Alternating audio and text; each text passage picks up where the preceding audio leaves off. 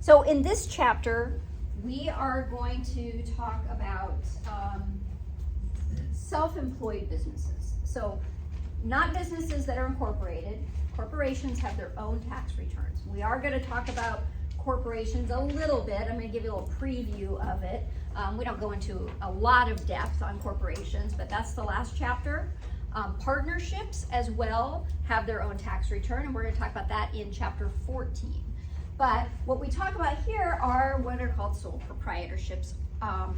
And when we were in payroll accounting together, we talked a little bit about individuals who are self-employed, otherwise known as like 1099 type of employees. They may be independent contractors, they may own their own business. They come in all sorts of different variations. So individuals who are employed may also be self-employed. Maybe they've got a side hustle of some sort. I've had a lot of students in the past who they've got a day job, but then they also like drive for Uber or Lyft, something like that of that nature, or they have some other type of self-employed business on the side. This section is what this pertains to. Now, self-employed business, just because you're self-employed and just because it's a side hustle doesn't necessarily mean it's a small business. It could be a business that brings in a lot of money and still be a self-employed business. If a business is owned and owned by just one person, then it is a self-employed business.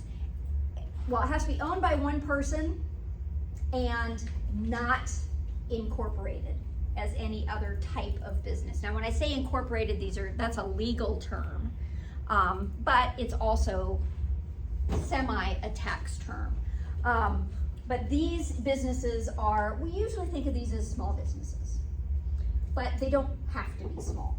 They could be large businesses if they're only owned by one person and they're not incorporated. So what we've talked about so far is personal income and personal expenses. These are things that we are doing outside of running a business. We have some different rules for business income and business expenses. If your income or expenses are associated with a business, there actually can be much more generous rules with regard to a business. This is why a lot of people kind of like having their own business as well.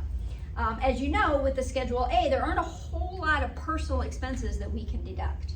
It's very limited. When we're talking about a business, though, there are a lot of expenses that can be deducted. Now, there are still rules regarding what types of expenses can be deducted and can't be deducted, but you've got a lot more leeway and to deduct those. So we're going to talk about how we report and recognize income and expenses for a small business, a self-employed business. We're going to talk about this concept of ordinary and necessary expenses. We already kind of touched on that when we were talking about the educator expenses, that those expenses had to be ordinary and necessary. And I said we were going to come back to that concept. This is where we're going to talk about that again. Depreciation. This is a big part of this chapter. We'll probably spend a whole class period, maybe more, talking about depreciation, because first thing I'll tell you is everything you learned about financial depreciation, how you depreciate for financial accounting purposes, forget it, is completely different for tax purposes, okay? So we've got some different rules to look at as far as depreciation goes. We'll talk about travel. We say travel and entertainment. Entertainment really isn't deductible anymore, so I don't know why they include that. Travel and transportation is what it should say.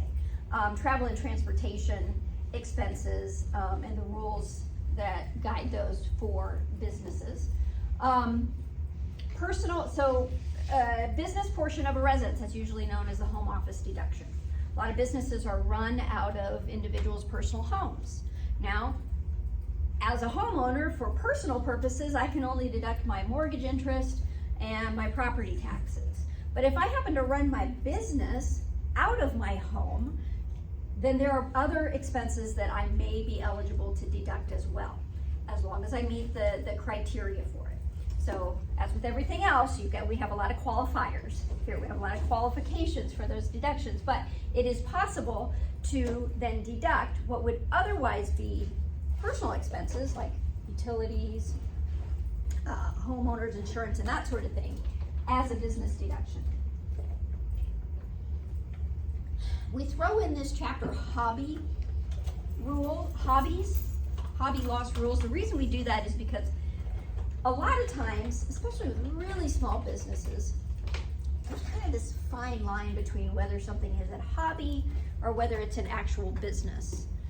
You know, for example, if you're a crafter and you like to, I don't know, make earrings. And you make earrings, it's something that you enjoy doing, you give a lot of them away, occasionally you'll sell them. Well, the IRS might consider really that to be a hobby, not really a business. So we have to make that distinction, what the rules are to distinguish between hobbies and businesses, because the rules for hobbies are different. Okay? Hobbies are much more restricted in that you do have to claim the income, but you don't get to claim any of the expenses. So the IRS likes to go in and try and reclassify businesses as hobbies because it means more tax can be collected.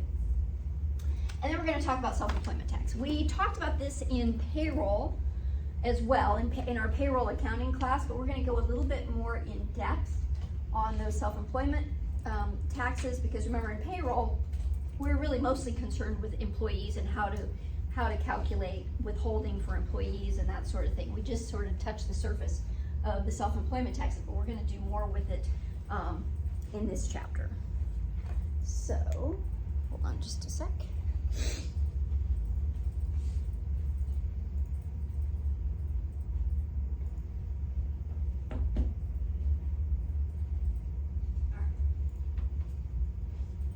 All right.